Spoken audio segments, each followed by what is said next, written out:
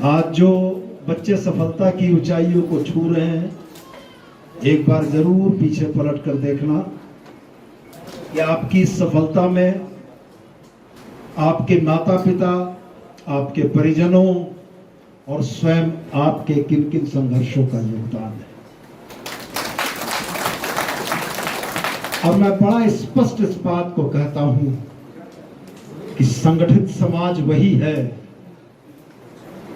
जो अपने समाज के किसी गिरते हुए व्यक्ति को हाथ पकड़ के उठाने का हौसला रखता है। मन में अगर यह भाव आ गया कि मैं तो मंत्री बन गया, पलट कर क्यों देखने की जरूरत है, उस दिन समाज का पतन शुरू होगा। मन में यह भाव होना चाहिए कि मैं अफसर अगर बना हूं तो समाज का भी कुछ हिस्सा मेरे पास है जिसको हमको वापस करना।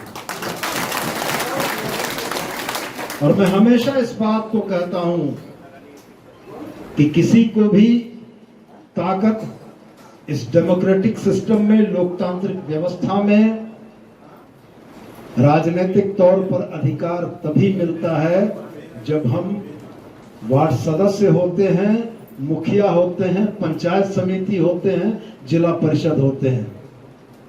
विकास भाई ने ठीक कहा, मैं पूरे झारखंड बिहार में एक लौता हूं जो विधायक हूं। मैं ये बात इसलिए आपको बता रहा हूं कि आप जहां रहते हैं, जिस स्तर तक आपकी ताकत है, आपका संगठन अगर वार्ड सदस्य बना सकता है तो सबसे पहले वार्ड सदस्य बनाइए। आपके लोग अगर मुखिया बन सकते हैं तो मुखिया बनाइए। आपके लोग अगर जिला परिषद सदस्य बन सकते हैं तो बनाइए, तब जाकर राजनीतिक ताकत का एहसास होगा। और मुझको आज देखकर बड़ा अच्छा लग रहा है, और वो इसलिए अच्छा लग रहा है कि इस हॉल में मैं पहले भी आया हूं। आज यह कोई आम सभा नहीं है। आज समाज के मेरुदंड कहें या संगठन के जो अगुआ साथी हैं, उनका यह समागम है। और आज इस समागम में, इस हॉल में तिल रखने की अगर जगह नहीं है तो उसके पीछे सबसे बड़ा कारण यह है कि सोए हुए समाज को उंगलियों के एक स्पंदन से जगाकर विकास राणा ने इतना संघर्षशील बना दिया कि लोग अपने जरूरी कामों को छोड़कर यहाँ आए। और यही ताकत, यही संगठन, यही एकता, यही आपस में एकजुटता का भाव आने वाले दिनों में और बेहतर ले जाएगा। हम लोग अफसर खोजते हैं, नहीं मिलता है। आज 3 कलेक्टर यहाँ इस हॉल में बैठे हैं, 1 डॉक्टर इस हॉल में बैठा है। ये बड़ी गर्व की बात है। ये 3 कलेक्टर और ये डॉक्टर इस बात की प्रेरणा बनेंगे कि समाज के और बच्चे बेहतर पढ़ें। ये 3 कलेक्टर और डॉक्टर इस बात की प्रेरणा बनेंगे कि जो माता पिता यहाँ हॉल में बैठे हैं वो अपना पेट काट के बच्चों को पढ़ाकर अफसर बनाने की दिशा में काम करें। तो मैं पुनः एक बार आपसे कहता हूं कि जात ईश्वर की बनाई हुई चीज है, हमने नहीं बनाया। हम किस कुल खानदान में पैदा होंगे ये हमने तय नहीं किया था। अगर ईश्वर ने तय किया था और ईश्वर ने उस कुल खानदान में पैदा किया है तो उसके प्रति कोई दायित्व है, उसके प्रति कोई कर्तव्य है। और उस कर्तव्य को मुंह मोड़कर आप ईश्वर की उस आदेश की अवहेलना करते हो जो आपको यह कहता है कि अपने साथ के लोगों को मजबूती से साथ लेके चलें।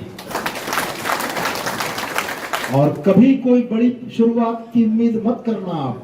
मैं फिर दोहरा कर बोलता हूं, कोई बड़ी शुरुआत की उम्मीद मत करना।